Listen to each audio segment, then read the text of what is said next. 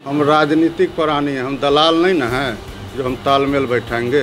ये विद्या वो अपने आप तक सीमित रखे, धंधा से वो जुड़े रहे ना, उस धंधा के हम उससे ज़्यादा जानकार लोग हैं, वो भी दवा धंधा से आए हैं, उनको अपना सीमा में रहना चाहिए। और रोहित कुमार आपके साथ। बिहार का सियासी घमासान थमने का नाम नहीं ले रहा है।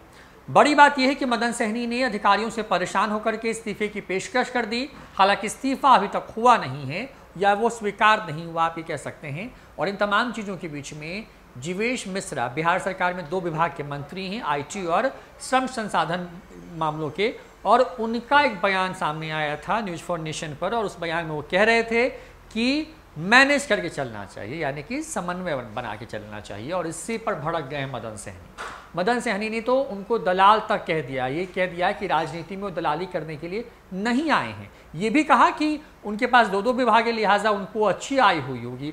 ये भी कहा कि उनके तमाम धंधों के बारे में वो जानते हैं। ऐसे में अगर वो पोल खोलने पर आ जाएंगे तो बहुत कुछ सामने आ जाएगा। किस तरीके से जीवेश मिश्रा ने मदन सहनी को नसीहत दी थी कि सरकार के अंदर में रह करके ही जो है तमाम बातों को कहना चाहिए था, और किस तरीके से मदन सहनी ने जो है उनकी बोलती बंद कर दी है। दोनों बयान को सुनिए एक साथ। इस्तीफे वाली बयान के बाद जो है अभी हम लोग सिर्फ और सिर्फ अपोलो का जो उद्घाटन समारोह में आए, इसी से संबंधित बात करेंगे। इसके अलावा जो भी बात करना होगा हमने पहले ही बोल चुके हैं, और यहाँ से हम अभी पटना जाएंगे तो उसके बाद फिर निर्णय लेंगे। जीवेश मिश्रा जी का एक बयान आया है, उसी पर प्रतिक्रिया चाह रहे थे कि अधिकारियों से तालमेल जो है बेहतर नहीं बैठ पाने की वजह से। हम राजनीतिक प्राणी हैं, हम दलाल नहीं ना हैं जो हम तालमेल बैठाएंगे। ये विद्या वो अपने आप तक सीमित रखे।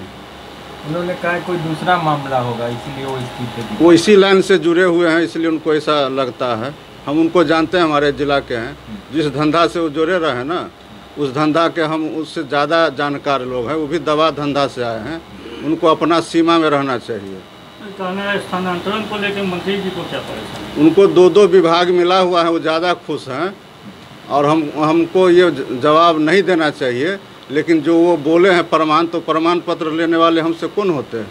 संचिका मुख्य सचिव तक पहुंचा हुआ है, उसको इसका 2 दिन से क्यों नहीं निराकरण कर रहे हैं? और वो कौन होते हैं हमसे प्रमाण पत्र लेने वाले? अपने सीमा में रहना चाहिए उनको। ये उनका वक्तव्य हो सकता है। मैंने तो बड़ी स्पष्टता के साथ अपने विभाग की बात आपके समक्ष रखा, इसलिए मुझे ऐसा नहीं लगता है कि सब मंत्रियों के साथ ऐसा होगा। अगर सभी के साथ हो रहा होगा तो अन्य लोग भी आए होते, कंप्लेन किए होते। लेकिन मुझे ऐसा लगता है कि अगर उनको भी किसी प्रकार की कोई तकलीफ़ थी तो माननीय मुख्यमंत्री जी को मिल करके उनको इन संदर्भ में बात रखनी चाहिए थी पहले। हमको ऐसा लगता है कि यही उचित होता। उन्होंने ये भी कहा कि अगर कुछ एक तिनका भी खिसकता है तो मुख्यमंत्री को वो बात पता चल जाती है। ये बात उनको कैसे नहीं पता चली? हम क्यों मुख्यमंत्री जी से बात करें? नहीं, ठीक है, तिनका लगना भी चाहिए तो अच्छी बात है। घर के मुखिया को घर के अंदर की हर बात पता हो, ये तो घर के मुखिया की काबिलियत है, ये तो अच्छी बात है। इसको कहाँ कोई ये टाल सकता है।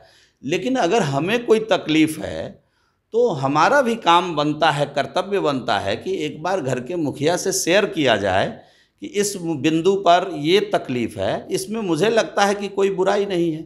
शासन चलाने में चुनौतियां आती हैं, क्या मुख्यमंत्री जी के समक्ष चुनौतियां नहीं आती है? क्या उप मुख्यमंत्री जी के समक्ष चुनौतियां नहीं आती है? देश के प्रधानमंत्री जी के समक्ष भी चुनौतियां आती है।